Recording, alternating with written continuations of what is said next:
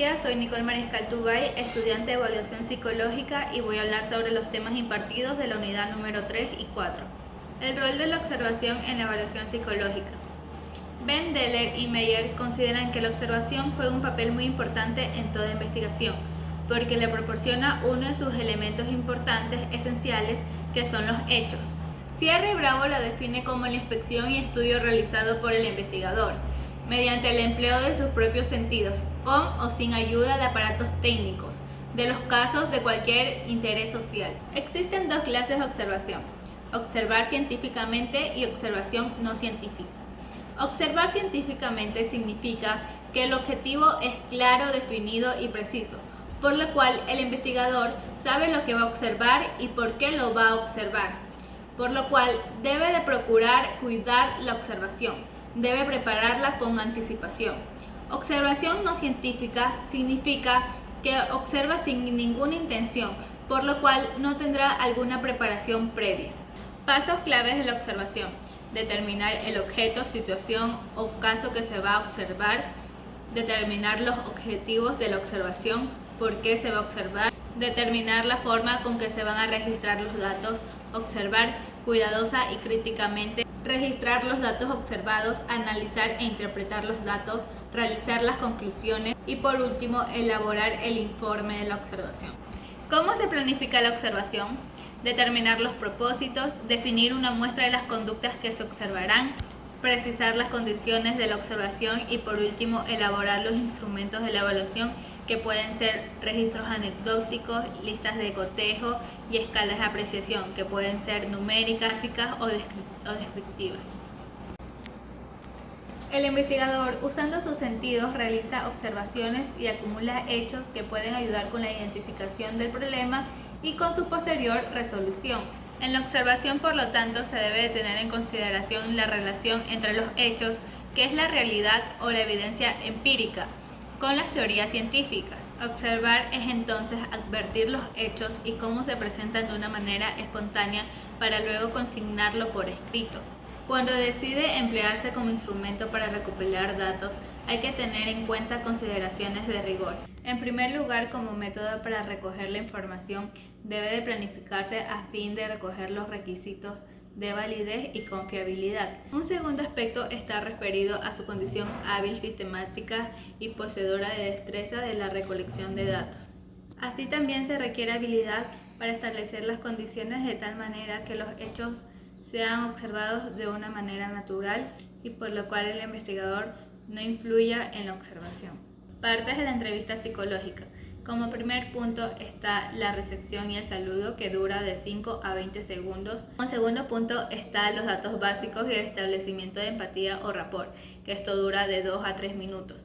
Como tercer punto está el psicograma. Se realiza un psicograma en el cual de cada miembro de la familia se le preguntan sus nombres, el parentesco, la escolaridad. Esto dura de 2 a 4 minutos. Como cuarto punto está el motivo de la consulta. ¿Por qué decidió venir al psicólogo? ¿Cuál es la demanda o queja que tiene el paciente? Como quinto paso está la exploración del cuadro clínico, en donde se le pregunta por los síntomas o preocupaciones, en la cual se ve su intensidad, la frecuencia de este. Esta dura de 3 a 10 minutos. Como sexto punto está la historia y la dinámica del cuadro clínico, en donde se le pregunta por los antecedentes, la evolución, qué dinámicas provocó esto. Esto dura de 5 a 15 minutos. Como séptimo punto tenemos la historia general o contexto de vida. Esto se refiere a la exploración de las etapas generales de la vida, a la exploración del significado dinámico y la exploración también de los padres, o sea, familiar como personal. Como octavo punto tenemos la explicación de las conclusiones al paciente. ¿Qué causa provocó el problema? Son los factores hipotéticos que intervienen en la problemática. ¿Qué elementos favorables ha desarrollado el paciente que compensan los factores negativos? Como noveno punto tenemos la explicación del pronóstico probable a partir de la dinámica de la vida actual. Como décimo punto tenemos la generación de 2 a 6 propósitos inmediatos por escrito. Esto dura aproximadamente de 2 a 5 minutos. Y el último punto es la despedida. La entrevista mínima puede durar media hora o 1 hora y la más larga puede durar de 1 hora y media a 2. El proceso de la entrevista. Inicia la entrevista con un apretón de manos de manera amable y explicando la finalidad perseguida de la entrevista va a ayudar a reducir notablemente las tensiones que son provocadas por la situación que algunas veces es encarada por el entrevistado con miedo, otras con esperanza, temor, pero siempre con una gran expectación e intención para dar la impresión más favorable. Fase inicial.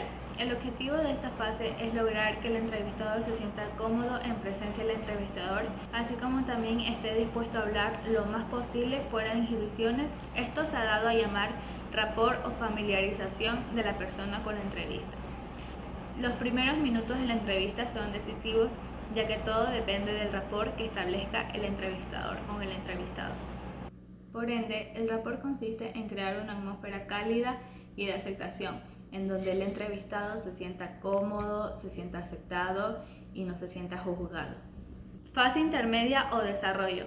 En esta fase se recaba la mayor parte de la información y los aspectos identificados en la fase anterior. Se intercambia la información, se analiza la información, se confronta y se clarifican los problemas. Se toman algunas decisiones sobre posibles decisiones y líneas de acción.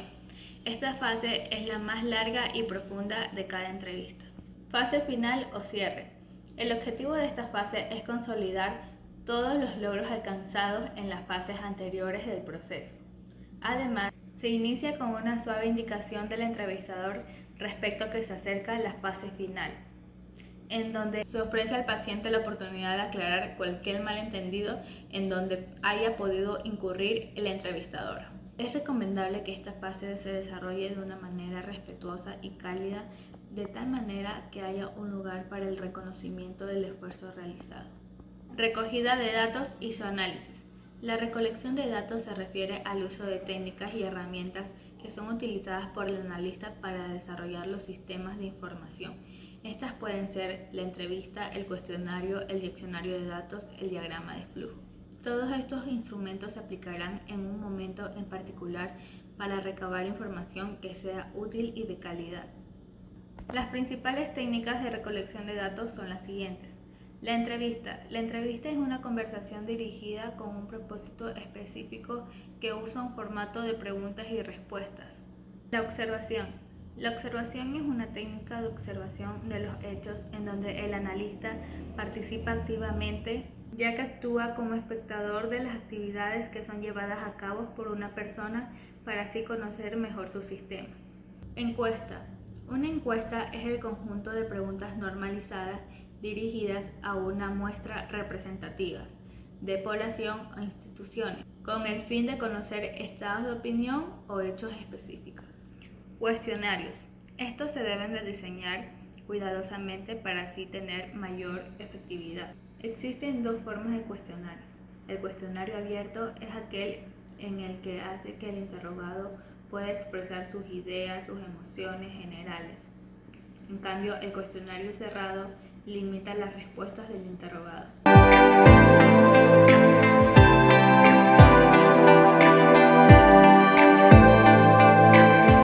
Evaluación de los procesos de atención. Es difícil elaborar pruebas que solo evalúen la atención pura de otras funciones, ya que constituye un prerequisito del funcionamiento de los otros procesos cognitivos. Por ello, algunos autores han propuesto mediante la técnica de análisis factorial diversos modelos de la estructura atencional. La estructura consta de 4 factores. 3 de los factores pueden ser agrupados bajo el término control atencional. Estos son el control de la interferencia, la flexibilidad cognitiva y la memoria operativa.